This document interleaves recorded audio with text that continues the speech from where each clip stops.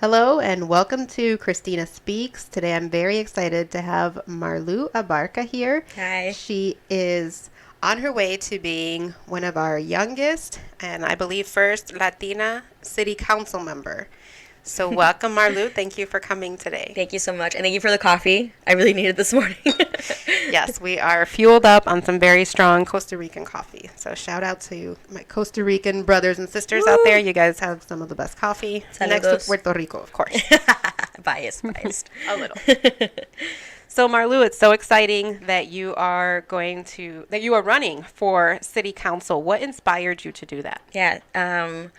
It was a lot of things. I started attending the city council meetings about 3 summers ago, I want to say, and I didn't even know that there were city council meetings. I assumed that there was some type of local government that decided like how much our meters were downtown or something, or I don't know, decided on like the local taxes or something. I had this vague idea of what that was like, but I didn't know that the meetings were public and that you could go to these. So there was one summer where there was a what I call the food truck fiasco. Um, a bunch of people in our community got word that the city council was going to adopt some new city code that would end up actually discriminating against a lot of the black and brown food truck owners in the city. So I went to the meeting to check it out. There were about 3 or 4 meetings where this dragged out, and at the end, they kind of made some decisions, behind closed doors. But it was the first time that I had seen so many brown people in one, like, local government office building, because I think in general those places are very cold, and the fact that you usually can't find a person of color or a person who speaks any another language but English, it's just not very welcoming or like exciting to be there. So I was just astonished at the fact that there were that many people from the community that were there, and we're going through kind of some of the proposed code that the city council had drafted up, and among those was this code that would require food trucks to be at least 1,000 feet from the closest restaurant. And several of the city council members own restaurants, so we thought that was a little, Self-serving? yeah, best way to put it, I think. And there was another code that would require food truck owners to be within a certain radius of the downtown, and if they weren't in the downtown, they had to pay an almost $500 permit so that they could serve food outside of the downtown area, which for a lot of black and brown folks who live in these food deserts, that means a lot, having a food truck that's in their neighborhood. And it's not a coincidence that some of the white food truck owners weren't serving those communities, because there are a lot of preconceived notions about those communities, particularly around the Drake area, where a lot of these taco trucks are serving. So a lot of these things became apparent to us, and to me particularly, as I'm hearing the city council members justify why they're creating all of these codes. And it just hit me one day. I'm like, these people don't have our lived experience, but they're making rules that affect our everyday lives. And I think that we should have people on the city council that reflect the populace. And so that's why I'm running.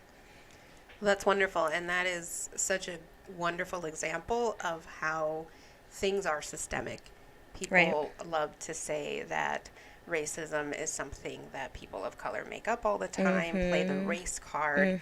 But this is a clear example of where people were making decisions that impact the lives of black and brown people, and Yes. were purposely making it difficult for the black and brown people to make a living, Yes. to have access to food, Right. to be entrepreneurs on terms that are way more likely for a person of color. It's a lot cheaper to have a food truck than it is to Have a storefront. And to get a loan for what you need Right. to get for a food truck is a lot different than a building. Yes. So it didn't just affect food access. It was a large scale. I mean, this encountered neighborhoods and, like as you mentioned, food deserts and wealth accumulation and having your own business. So many different things were interlaced. Yep. So I'm grateful that there are folks like you out there who see that and say, I'm going to be part of the change, instead of going,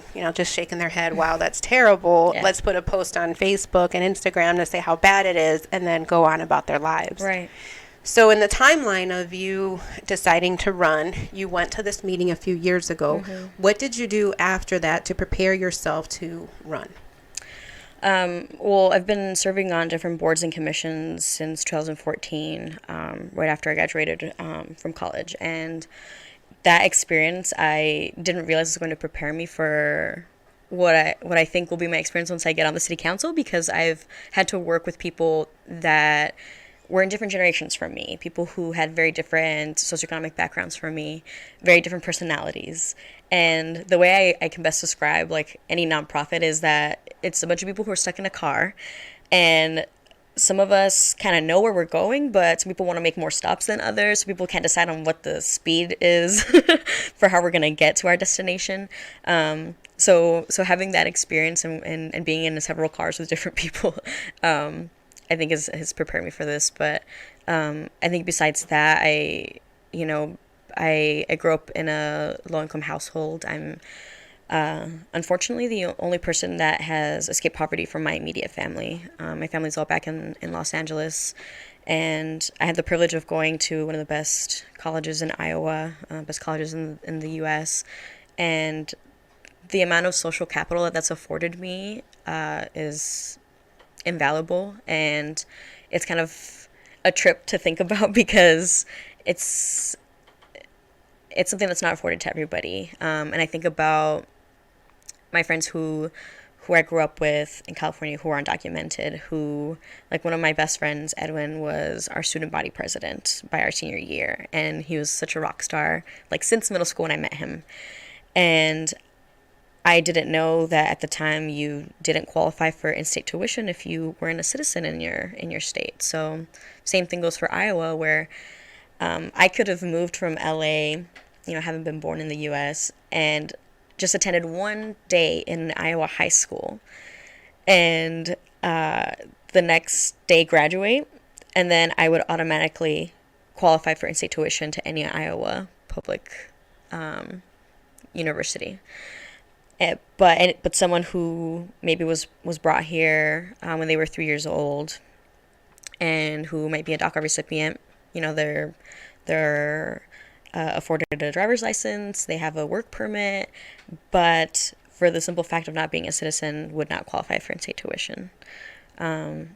So when I think about all these little things where things could have been very different for me, but because of the few privileges that I've been afforded, I've been able to get this far.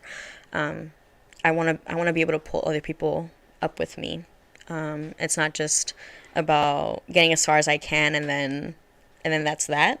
I want to get as far as I can and bring people along the way with me. That's beautiful. That's a great sentiment that I wish more people exercised. Yeah. So you mentioned nonprofits earlier, and that was a great metaphor that you shared. Can you tell us a little bit about some of the boards that you've served on, and what were some of the lessons that you learned, and how you're going to use that in your campaign? Sure. The first one I joined, and at the time, I felt like I was too young. I'm like, are you sure you want me on this thing? But I'm so grateful for Dawn Martinez Oropeza, because she believed in me, and that opened up the door to other opportunities to sit on boards and commissions, because as soon as somebody sees on your resume that you have board experience, they want you on their board. They know, oh, okay, this isn't a first time, we feel comfortable having you here.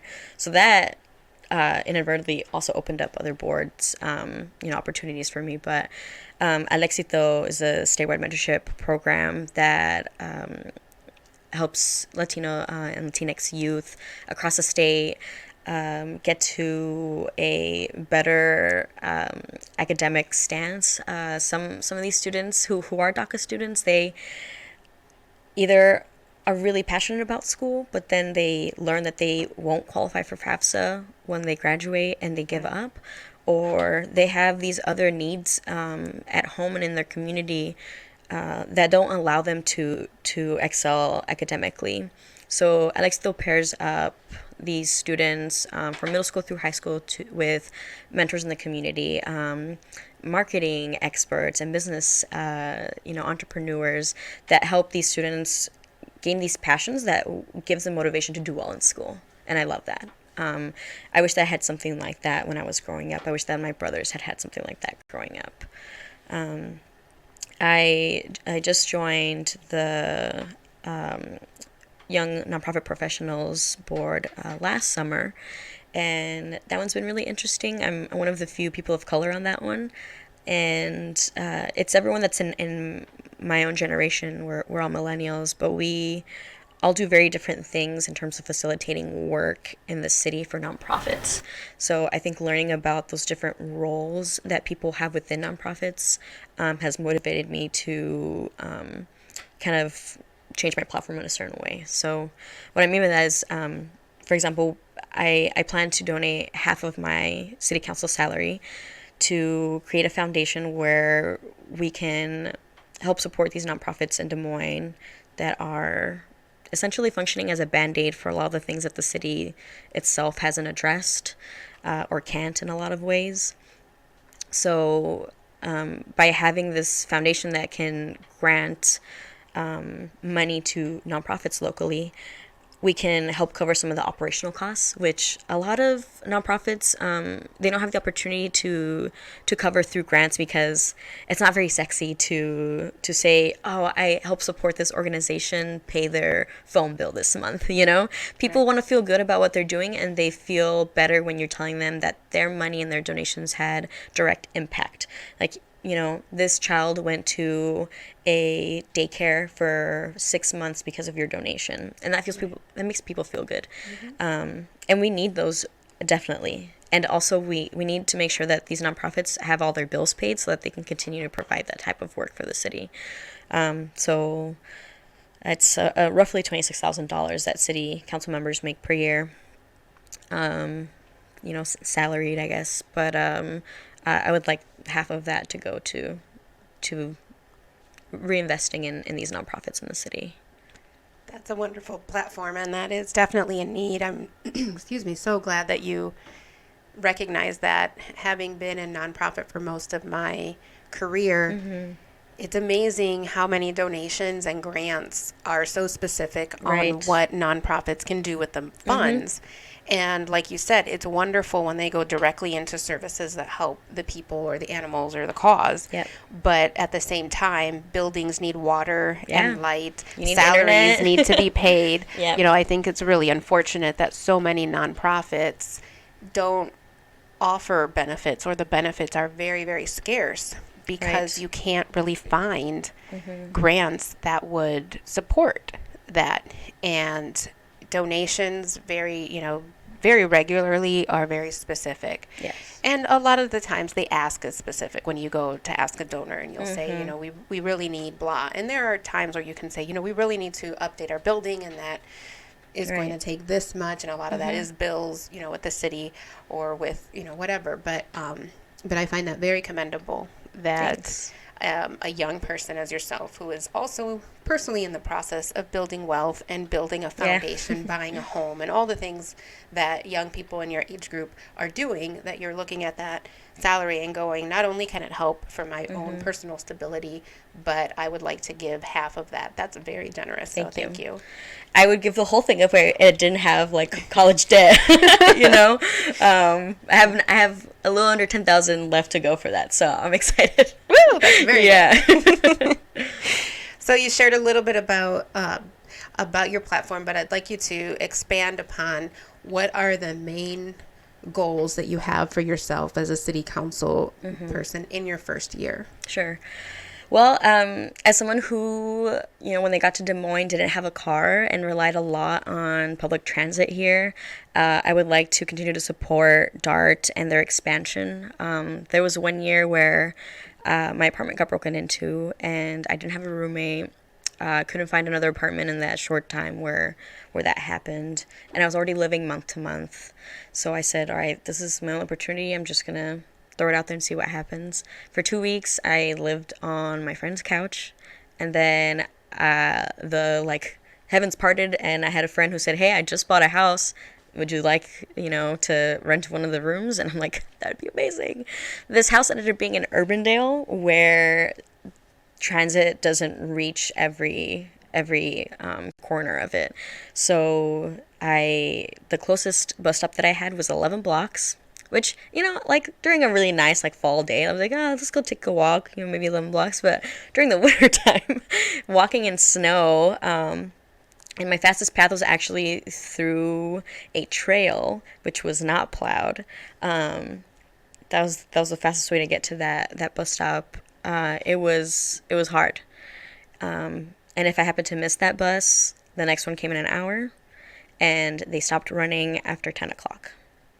So knowing what that's like, and walking through parts of not only Des Moines but also the suburbs that had no sidewalks, I know how important it is for our students to have access to transit. We can't bus everyone, and some of them have to rely on DART and public transportation. And knowing that they can walk and have sidewalks where they can be safe and get to school is really important to me. So I'd like to continue to support the expansion of our public transit here. I also would like to kind of change the mindset on the city council in terms of how we expand our housing. Before the show, we were talking a little bit about your neighborhood and kind of the expansion of housing that you've seen here over the last few years, and you can see that all over Des Moines, and you can see that in many other parts of Greater Des Moines. But it's time that we have someone on the city council who prioritizes actual affordable housing and people over these developers who continue to build luxury apartments and condos. We need to live in a city that actually prioritizes people being able to make ends meet and still be able to pay their rent. I know what it's like to work 40 plus hours and be stuck in a cycle of poverty. When I was in AmeriCorps right out of college, I was making $820 a month. And back then I didn't have a car payment. I had deferred my college loans, otherwise I would not have been able to make that payment every month. But $500 of those $820 went to my rent. I didn't have any connections here. I didn't find a roommate in time, and then I got locked into this 2-year lease. So that's what I was stuck with until I was going month to month, and then my apartment got broken into. But a lot of our Des Moines residents are 2 paychecks away from living in poverty and having to rely on services like EBT and other welfare programs like I was doing. So being able to take care of someone's housing and making sure that they can afford that's a priority for me. Well, and I love that you're sharing these personal stories about how you lived through it, because there are many people making decisions for other people who, Absolutely. as you mentioned, didn't live through it. They're going by what they think, or even worse, by the people who are funding their campaigns. Sure. With that said, what are your plans for funding, and how would you like to set yourself apart when it comes to fundraising from all the other candidates that are calling, texting, and begging for money? Yeah. So in Iowa, the Campaign Ethics Board requires you to start reporting your donations once you've made $1,000. We're not there yet, but when the report comes out, it's public, and people will get to see the amounts of donations that we've been getting. The average donation, I believe, right now is $37, which is awesome. The fact that it was that high for me was like, wow, I think my friends love me, because they've been donating almost $40 a pop. So I think that's so important. I won't be accepting any corporate money for this campaign. And at the beginning, I think there were a lot of scare tactics and saying, well, you'll have to raise about $200,000 for this campaign. And I'm like, yeah, maybe if you don't plan on knocking doors or if you haven't actually made the connections in the community.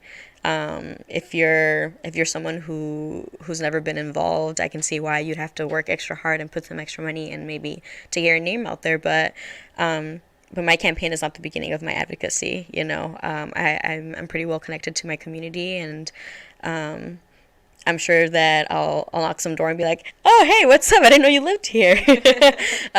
But that's what I plan on doing. So this summer, I'll be knocking doors if anyone's interested.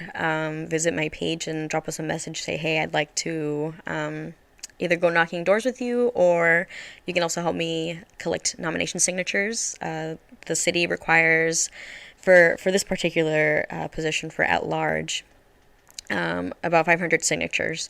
We're aiming for 1,000. We know that we can get people to care about what's going on locally.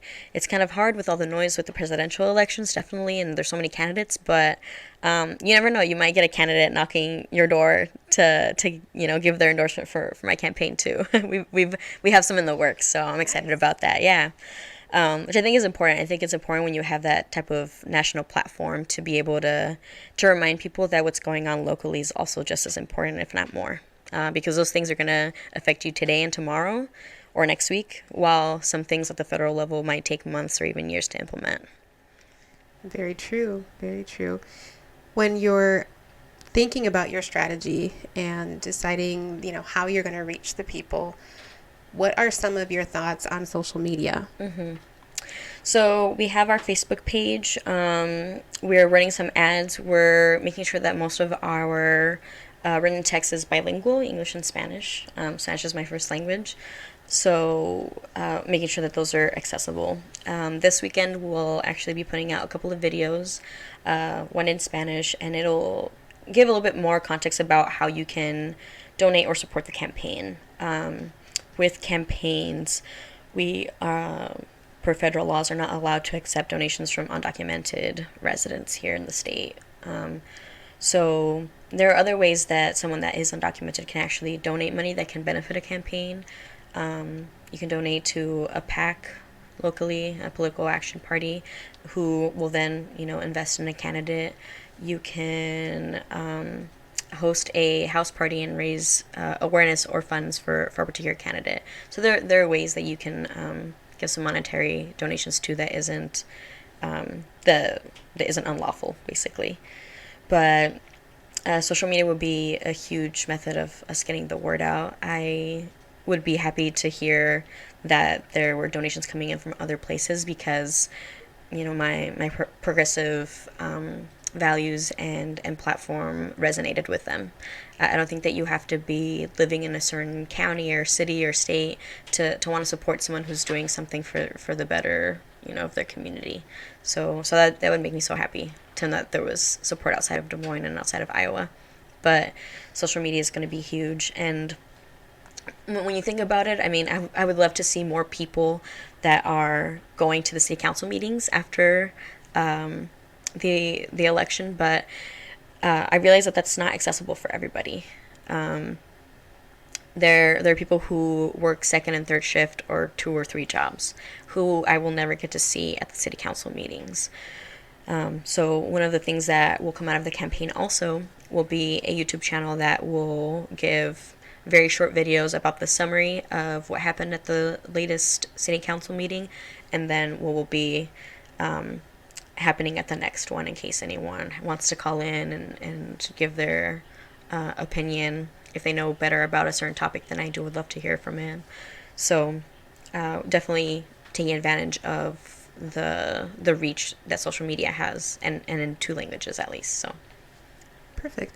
Can you explain what the at-large means? I think that's something that I had to look up several years ago when I first noticed that term. And what made you decide that that was the position you wanted to go for? Sure. So in Des Moines, we actually have 4 areas that we've split up to be represented by different people, and we call them wards. So there's Ward 1, 2, 3, and 4, and each one is represented by a different council member. Additionally, we have 2 separate council members that represent the whole city. So they have all of the constituents in Des Moines. So if you live near Easter Lake, or if you live on the border of Ankeny up north, you can all call into your at-large Des Moines City Council member. Whereas, if I wanted to call maybe Joe Gatto, who's on the 4th Ward, Southeast Side, he might not care as much about that because he's like, well, that's not my area. Which I think that might be his personality. I would love to hear from anybody who lived in Des Moines, and I'd be happy to pass it on to, that particular ward council member. But that's just me. But so at large would be the opportunity for everybody in Des Moines to be able to select that city council person. Oh, so you would be kind of the first stop for anyone. Maybe I don't know who my rep is, so Sure. if I called you and said, Yeah. hey, this is my dilemma, not only could you jump in and help, but you can also, get that person and say, okay, I'm going to work with so-and-so because that's the representative for that area. Exactly. And there'd be two people working on, oh, that's wonderful. That's good to know. So if you call me and we're like, hey, I live on the Ingersoll Flats, and there are a lot of potholes coming up, but it's taking a while to actually get them fixed on our street. Who can I talk to about that? And I'm like, well, thanks for letting me know.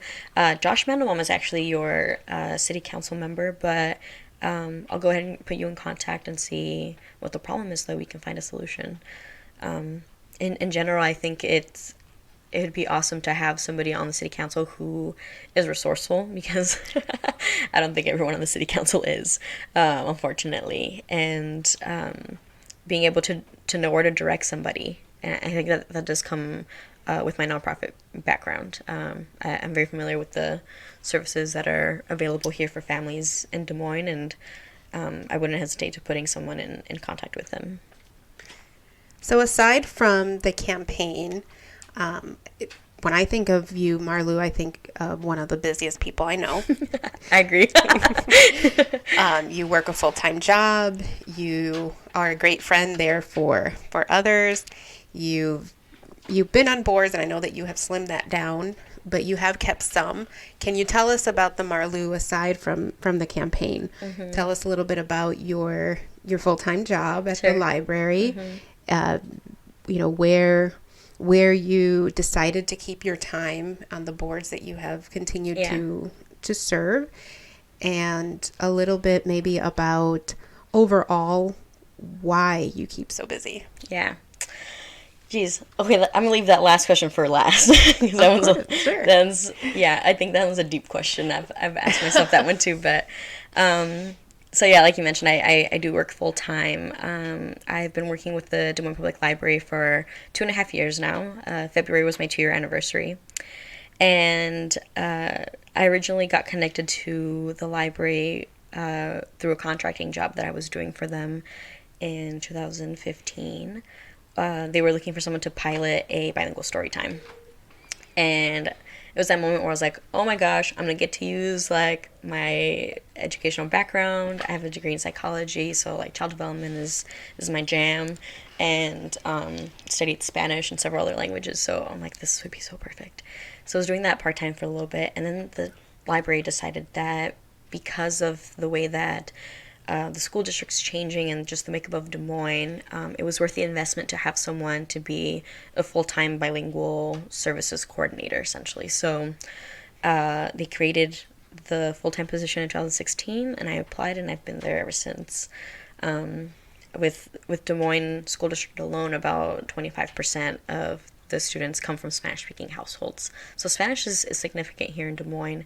And with the amount of students that are in English language learner classes, and how we recognize within the district and with research that there are a lot of parts where you can get lost if you're trying to learn English but it's not your first language. There are other supports that you might need. So we said, why not as a library really teach families about pre-literacy? There are other things that you can do to help make your child successful in the future, that you can do when they're in preschool, that you can do when they're babies.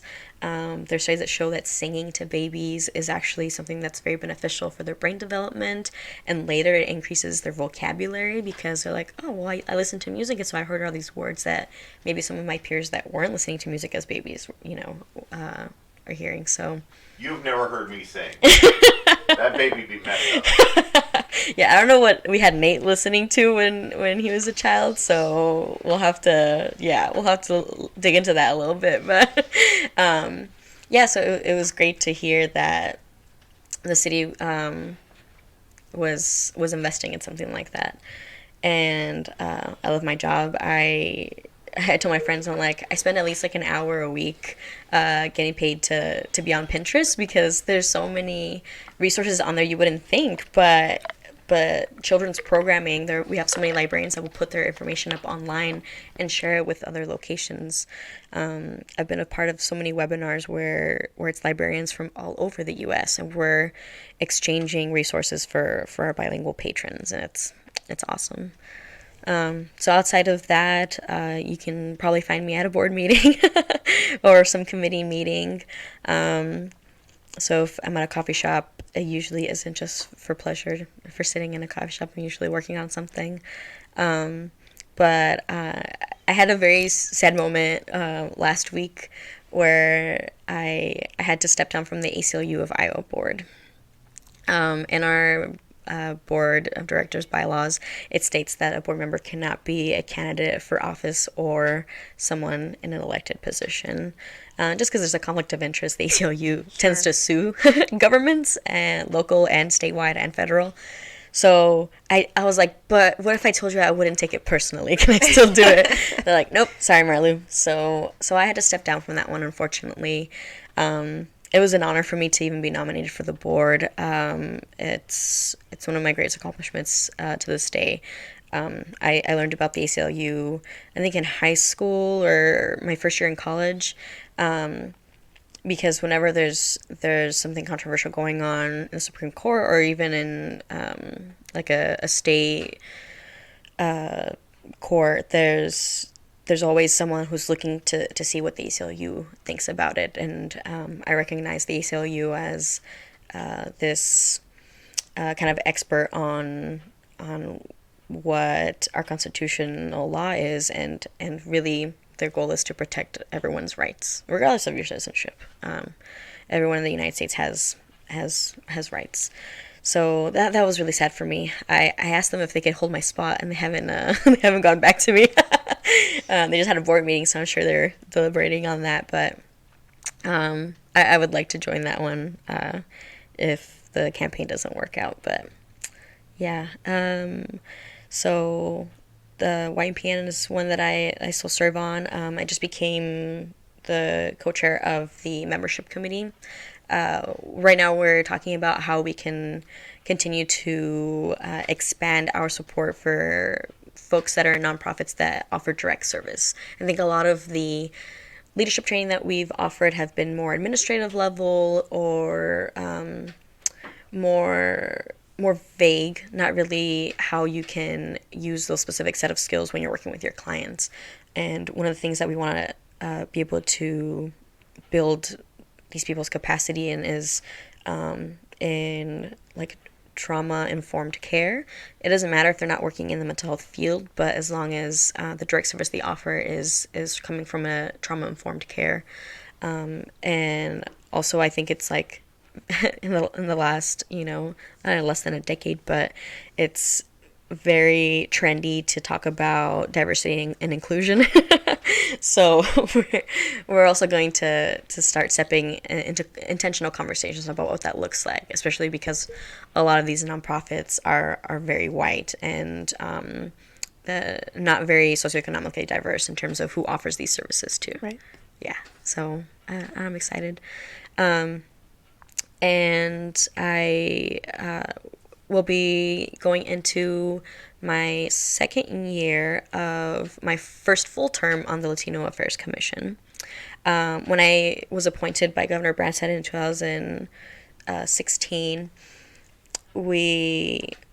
I was actually replacing someone who had ended their term early, so I did the first 2 years there, and then Governor Reynolds reappointed me into my first full 4-year term.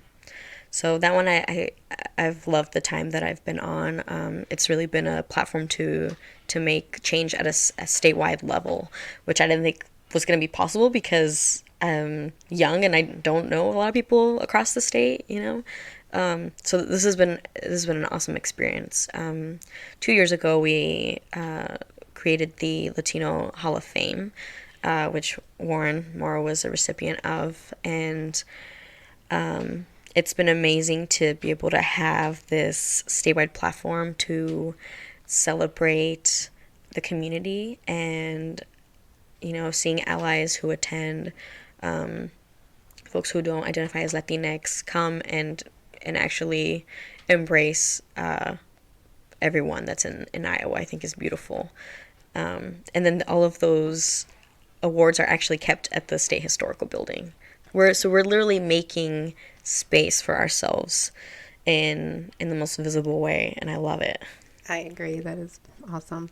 Just hearing you talk about what you're still involved in, and knowing that you've given some things up, and also knowing that you make time for the quick one day, I'm going to volunteer here, I'm going to help out here and there. I'm tired just listening to all of that. So thank you. What I'm taking away from this conversation is how much you have served your community, even before deciding to do it at the capacity of a city council member. Yeah. In so many different ways, and bringing your experience in.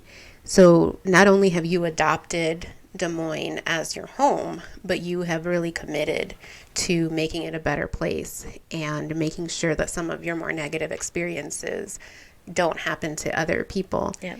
And I really admire that. And I hope that those who are listening and watching will take that away. How you can get involved even when you are living paycheck to paycheck, when you are as busy as this woman is, doing everything all the time. I'd like for us to get to know you a little bit more personally. So I'd like to challenge you. No, no chisme, no bochincha here. But having made Des Moines your home, can you share with us your 5 faves about Des Moines? It can be your favorite hangout, your favorite restaurant, person, however, just your 5 faves. Yeah. Oh, let's see. Well, at least once a week, you can find me at Paleteria La Michoacana, which is on East Grand and East 16th. Delicious. And it's an ice cream shop, but it has a bunch of other really delicious Mexican goodies. The family's from Michoacan, and it's just a very which vibrant are known for place. some of the best ice cream in the world. Amazing. And they'll also be at the Warren Marlatt Music Festival. I'm Just so had to plug excited. it in right there. Yes. Okay. Yeah. July 20th. I'm glad I bought my VIP ticket in advance. No, I'm excited, and so yeah, the place is just super vibrant, and you have these piñatas hanging from the ceiling, so people will come in just for a piñata or just for their piñata candy, or just pop in for delicious Mexican ice cream. They have really good chorizo tacos too. Yeah. The other place where you can get really good tacos that's not one of the awesome taco trucks is Tacos La Familia. And it's actually down the street from the church I used to go to. I haven't been there in a long time, but I kind of go to that place religiously. If I didn't go to church, I would still go to Tacos La Familia on Sundays. So that's your church. That's the church. But I would go and get menudo, which is this Mexican stew that's made from, it's kind of gross, but it's made from tripe, cow stomach lining. If you're a texture person, I don't think it's the dish for you, but I love it, and it's supposed to be a hangover cure-all. So you're a fan of the Mexican food in Des Moines. Give us 4 more. Yeah. What else? And if you like Vietnamese food or Thai food, you can go to Pho 888, which is on 2nd Avenue, and University is the closest cross street there, but delicious pho.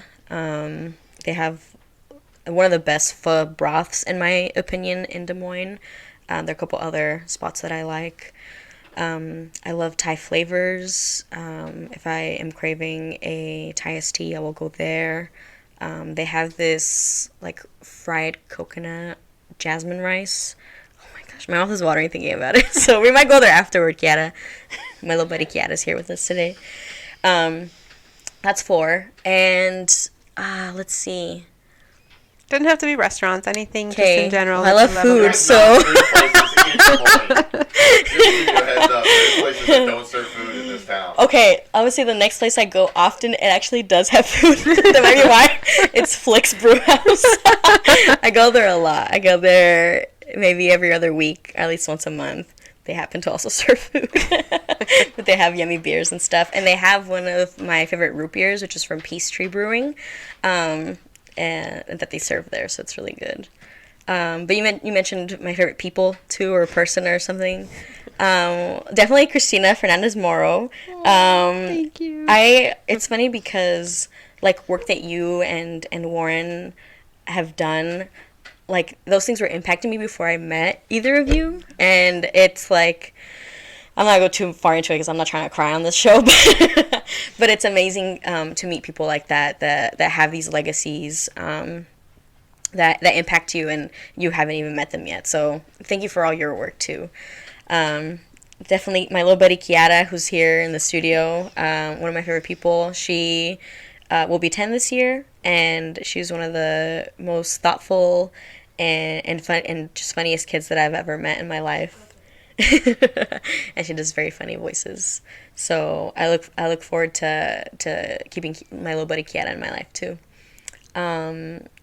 One of my favorite people is probably my best friend Sarah Myron.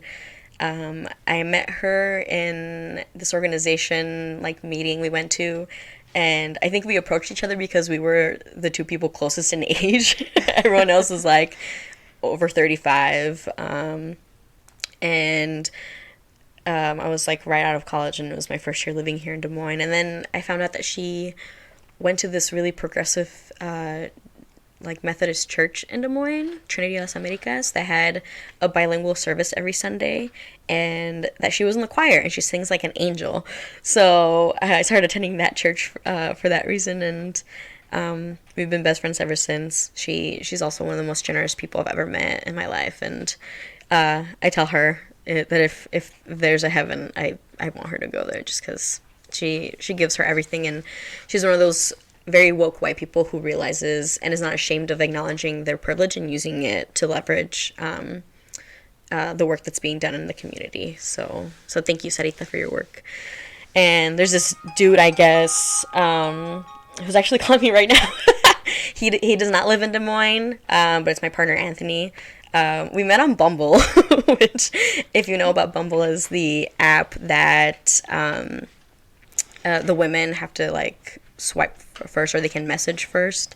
If you're queer like I am, that's not a place to look for ladies, so he got lucky and there were only dudes on this. He got lucky. I like it. But I've gotten to know him. We've been dating since then, January, early February, and he's like one of the smartest people I've ever met. I'm trying to convince him to invest his money in his values, and you'll hear if we start a scholarship fund soon, because his parents were refugees from Laos, and he and his family grew up in northwest Iowa, in Steve King area, actually.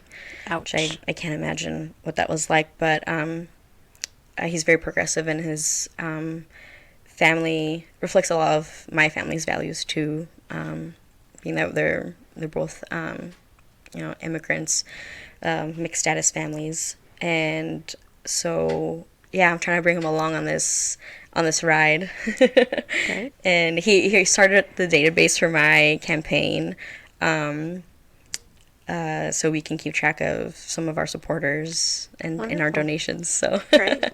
Yeah. Well, Marlu, it's been really exciting to hear what you've been up to, how you have impacted Des Moines. Mm-hmm. When you mentioned legacies, you were well on your way to having a very strong one yourself. Thank you. And I'm honored to know you and to support you and just to be your friend. You're making me cry. Not my intention. But if you can, just give us your email address, your social media tags, your hashtags, whatever, so people can find you after this. Mm-hmm. Throughout the campaign, if you feel like sharing my message or my campaign adventures, you can use the hashtag WeChooseMarlu or hashtag Marlu for DSM. And you can find me on Facebook at the handle at WeChooseMarlu. If you would like any more information or would like to volunteer for us, you can email us at marluforcitycouncil@gmail.com. Wonderful. Thank you so much for Thank you. tuning in and for being here. It's very exciting to get to talk to the up and coming. I don't even want to call you up and coming because you've been moving and shaking for a long time. This is just another chapter within your book and your journey. But I thank everyone for watching and listening. Next week, I'm excited to invite Destiny Woodruss, and she is... Destiny! Yes, she is recently, she was recently selected for a pretty prestigious leadership program here for the LGBTQ plus community. So I'm excited to learn more about that and introduce her. She's new to Des Moines. Yeah. So it'll be interesting to see what her favorite fives are so far. Thank you again for tuning into Christina Speaks. And if you'd like more info about Christina, you can go to www.christinafernandezmaro.com and check out my blog, Christina Writes. Bye. Thank you.